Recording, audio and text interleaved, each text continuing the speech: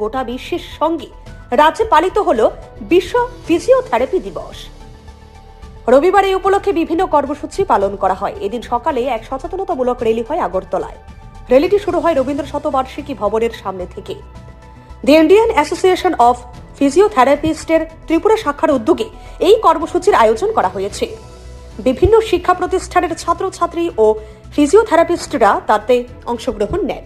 সাধারণ মানুষকে ফিজিওথেরাপি চিকিৎসা পদ্ধতি সম্পর্কে সচেতন করতে এই আয়োজন বলে জানানো হয়। এই কর্মসূচিতে ছিলেন দ্রোণাচার্য পুরস্কার প্রাপ্ত কোচ বিশ্বেশ্বর নন্দী।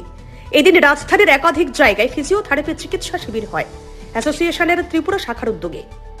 ওয়েস্ট বেঙ্গলে যে অভয়াকাণ্ডটা হয়েছে তাদের ঘৃণা জানাচ্ছি, ধিক্কার জানাচ্ছি এবং সুবিচারের জন্য কেন্দ্রীয় গভর্নমেন্টের কাছে আবেদন রাখছি।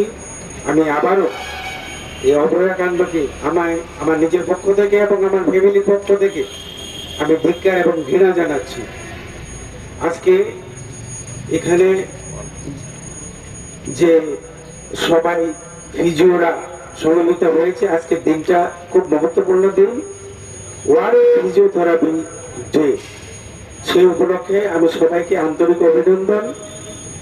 এবং আমি জানি যারা এখানে স্টুডেন্ট আছে, আপনারা ঠিকভাবে পড়াশোনা করে রাজ্য এবং দেশের জন্য উন্নত মানের ফিজিও একটা উপহার দেবেন রাজ্যবাসী তথা দেশবাসীকে, সেটা আমার কামনা।